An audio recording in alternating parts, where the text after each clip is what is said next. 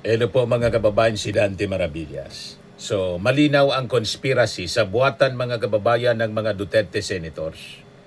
Bakit niya Mr. Maravillas? Ito ngayon ang report ng DCRH.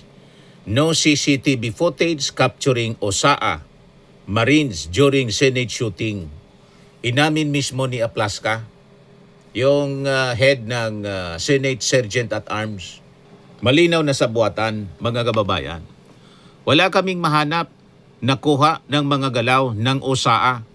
The acting head of the Office of the Senate Sergeant at Arms said no CCTV footage has been found showing the movement of Senate security personnel and Philippine Marines during the shooting incident inside the Senate of the Philippines on May 13. Di ba niya Mr. Maravillas, may na-capture na video na naulinigan ang boses ni Jinggoy Estrada na itago yung CCTV footage. Mayroon po. Ito.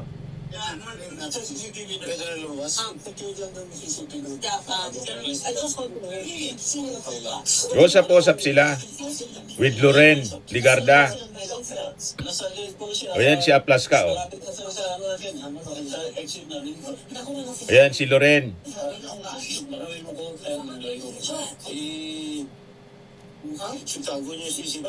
Ay, tago niyo anya yung CCTV. Sabi ni Jinggoy. At inamin mga kababayan ni Jinggoy Estrada, siya yun, yung nagsabing itago yung CCTV. Pero may palusot siya. Yan yung kanyang palusot. Oh. Malinaw na ang aking sinabi ay pagsang-ayon sa naging usapan na i-secure at pangalagaan ang CCTV footage na maaring magsilbing malagang ebidensya sa insidente ng pamamaril. Ngayon, ang tanong, asan yung CCTV?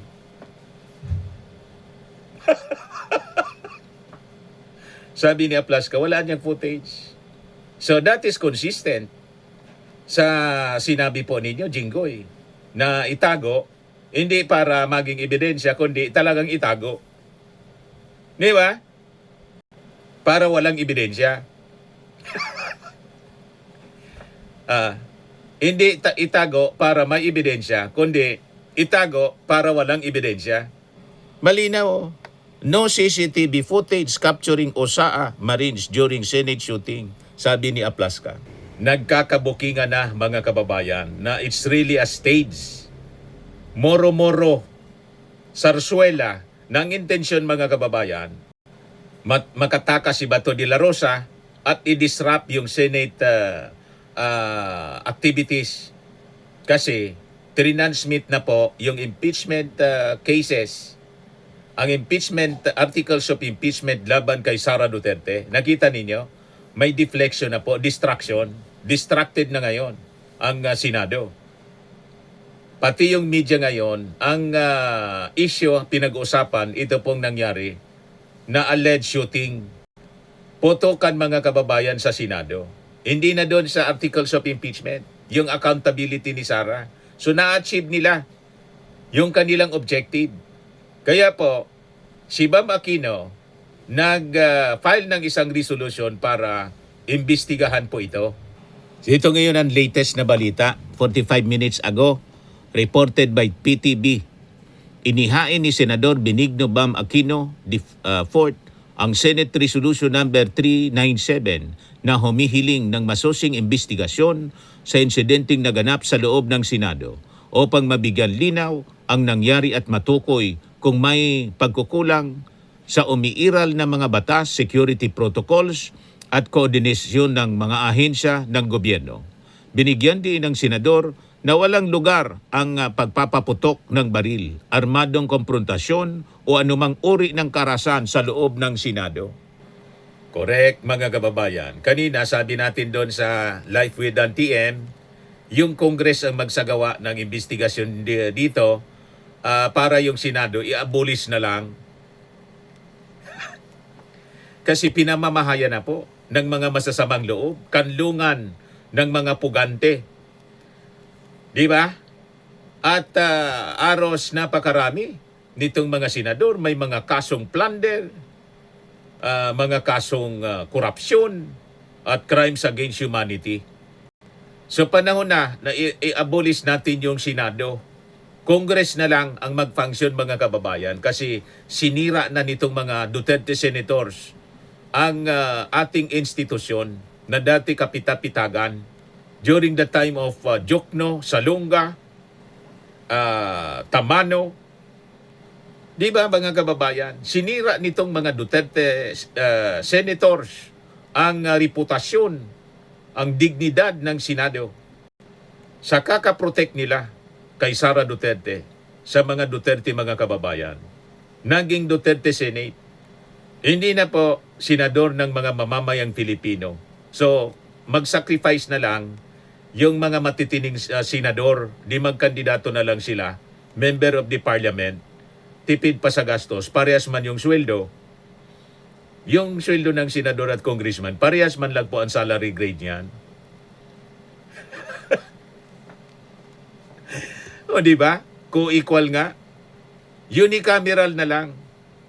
So mabuti, mga kababayan na nag-file ng resolusyon itong si Bam Aquino. Sabi ko nga sa Congress dapat magsagawa din ng inquiry. Pero kung mag-i-inquiry si Bam Aquino kasabay ng impeachment laban kay Sara Duterte, o di pwede naman yan na schedule. May impeachment trial tapos may committee hearing, mga kababayan, on the sideline. Para matuldo ka na po itong mga pang-abuso nitong mga Duterte senators. Sinalaula na ang Senado, mga kababayan. Yung IBP, nagpalabas na ng statement. Kinukundina itong nangyaring drama sa Senado na malamang orchestrated po ito ng mga Duterte senators mismo. Ito na yung statement ng Integrated Bar of the Philippines, mga kababayan. Sabi dyan, the IBP views the reported shooting at the Philippine Senate with grave alarm.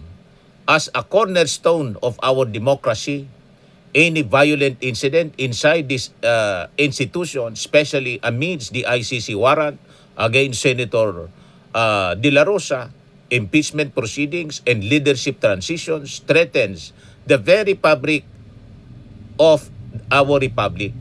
While the facts of the incident are being verified, the convergence of these volatile events must not be ignored. We caution against any forces exploiting this chaos to manufacture a crisis or provoke a constitutional breakdown for selfish political gain. Nakalata po yung IBP na ito po orchestrated. Kaya nagsulat sila ng kanilang statement. Halata naman po talaga, it is orchestrated. Kaya nga nang matanong si Alan Peter Cayetano kahapon sa press con niya, biglang nag-tantrum, biglang nagtaas ng boses tapos hinampas yung podium. Nang tanong ni ng reporter tungkol sa possibility na it is a stage.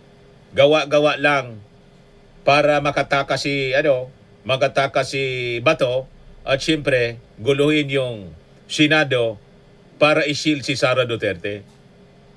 So, nasaktan si Alan Peter Cayetano, biglang na high blood. Binulyawan po yung mga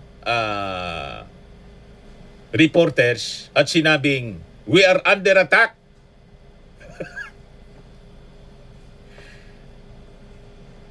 Alatado, mga kababayan. Sabi ko nga, kung ako nandun, sasabihin ko kay Mr. Senate President Cayetano, tinatanong lang po namin kayo.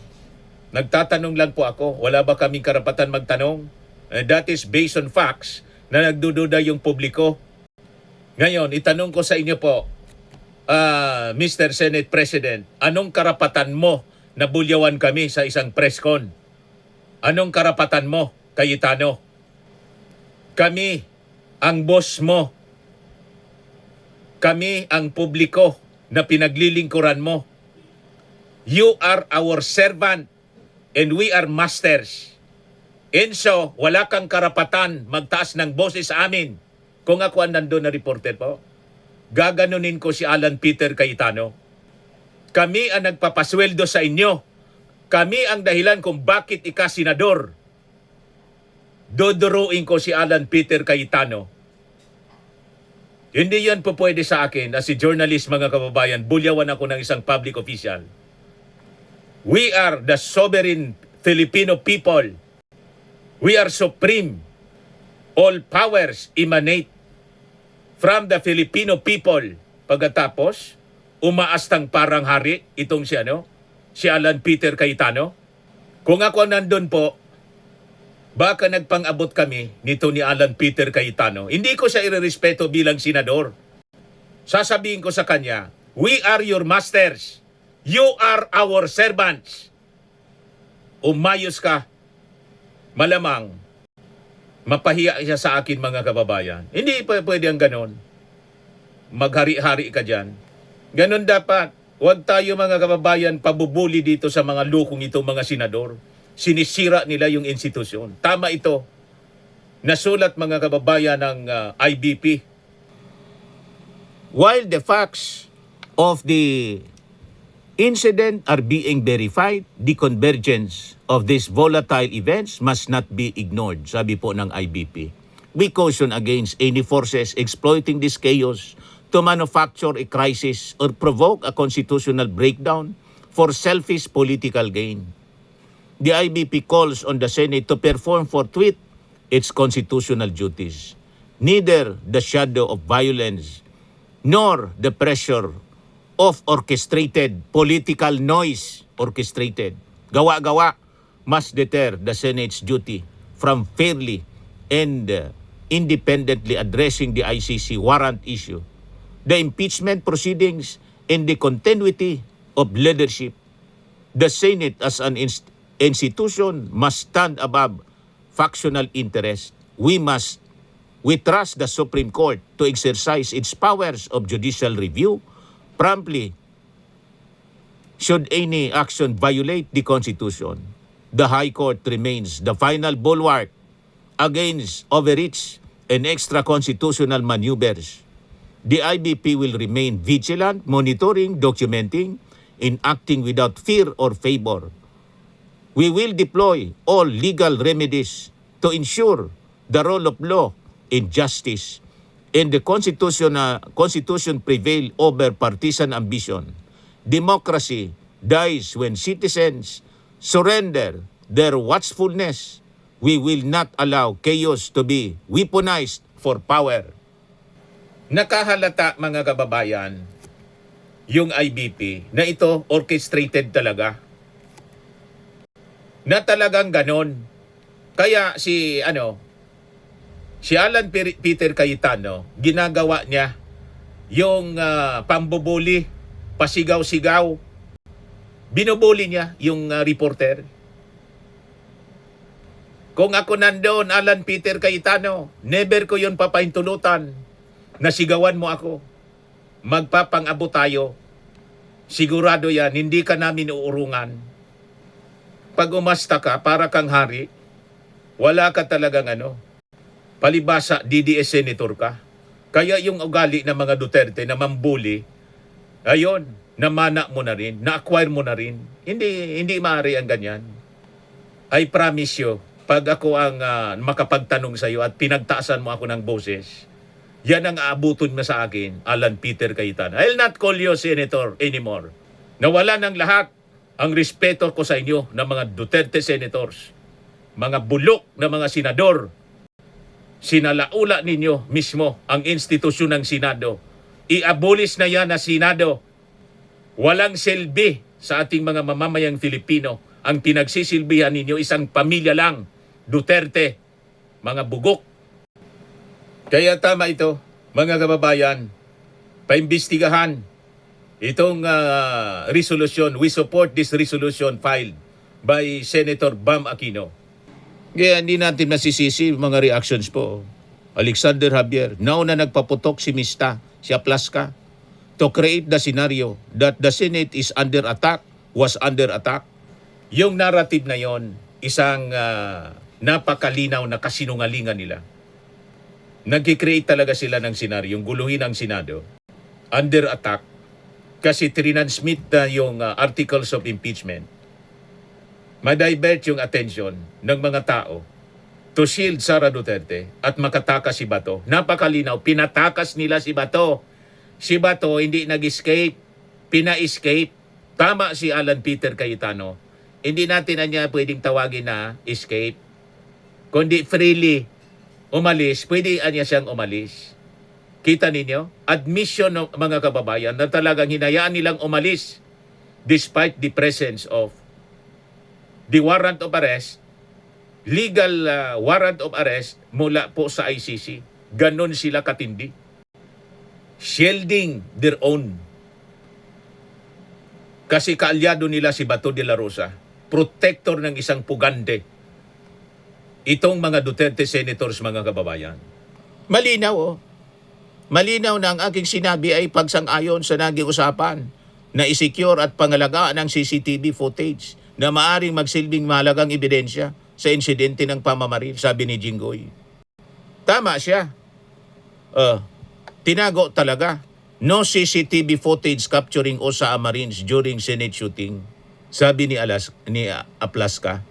So, yung utos niya, malinaw ang mensahe. Hindi para itago yung ebidensya para sa investigasyon, kundi itago yung ebidensya para walang ebidensyang makita yung mga investigador. O, di ba? Mga kababayan, malinaw? Malinaw. Nahuli ka mo.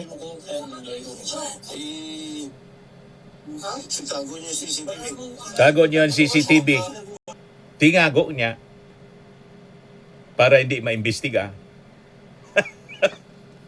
Itago niyo ang CCTV. Nahuli mismo sa bibig. Nahuli kam si Jinggoy Estrada. Ilabas ninyo ang CCTV para maniwala kami na hindi niyo pinatago para walang ebidensya. Para maniwala kami, pinatago mo, Jinggoy, para sa ebidensya na totoo na may nangyaring pag-atake sa inyo. Kasi ang narrative ng presidente ninyo sa Senado, under attack. O, tingnan natin kung sa investigasyon na gagawin ni Senator Bam, under attack o moro-moro, para mag-create kayo ng drama dyan, makatakas si Bato at saka masabutahi yung impeachment. Di ba, mga kababayan? Ayan man lang, mga kababayan, yung ating short video ngayon. Ako po si Dante Maravillas. Bye-bye. Sa mga naganap ng malinis and spacious fitness gym, pumunta lang po kayo sa aming Colossal Fitness Gym. We also offer Grab Car Rental with our brand new 2023 model ng Toyota Innova. We also accept booking for those who are planning to travel via PAL, Cebu Pacific, and other airline companies, local and international, and bills payment for Meralco Bills, PLDT, Aleco Bills, etc. Ang Colossal Fitness Gym is located at 3rd floor Security Bank Building, Landco Business Park, Legazpi City, Albay. For inquiries, look for Chilon Maravillas. Contact number 0966-802-0949. Yan yung aming Innova. Lagi na pong matao sa amin. Pati mga foreigners po, tingnan ninyo. Mga British tourists sila. Ang lalaki ng katawan na, mga kababayan, nag-gym sa amin. Ito naman po, Indian National. Ito mga mga European sila. Ito naman yung bago naming product na binibenta online, Eye Glow Serum. Whitening po siya galing sa South Korea. Tingnan ninyo yung epekto sa aking anak na architect entrepreneur, Riz Maravillas. For inquiries, look for Riz Maravillas on FB. Ito naman po, Fairmax Firming and Lifting Cream, pinapahid sa mga pulses in other affected area. Mainam po ito sa mga pains at paninigas na mga kaso-kasuan. Ito po, Automax Radiant Serum. Sa mukha naman yung application. Anti-aging po siya. You will look 10 years younger than your age. Sa mga cancer patients. Ito naman po yung bagong product naming binibenta online. I am Worldwide Amazing Pure Organic Barley Powdered Drink Mix from Australia. Mainam po ito sa mga cancer patients tulad nito po na isang ovarian cancer survivor. Si Yolitan, sabi niya po, Barley did not just save my life, it gave me a new life. In 2019, Julie faced the fight of her life. Through surgery and harsh chemotherapy, I am worldwide amazing pure organic barley became her source of strength. It boosted her immune system when she needed it most and gave her the energy to keep going. 100% organic siya, immune system booster, trusted by survivors. For your orders and inquiries, dumiretso na lang po kayo sa aking anak na architect entrepreneur, Riz Maravillas. Ito naman po sa mga mahilig sa mga imported bags and wallets, dumiretso na lang kayo kay Ma'am Eileen Rosales, Eileen Closet, nakabase siya po sa Amerika. Yan yung kanya pong online na selling every Sunday, 7 o'clock in the evening, Philippine time.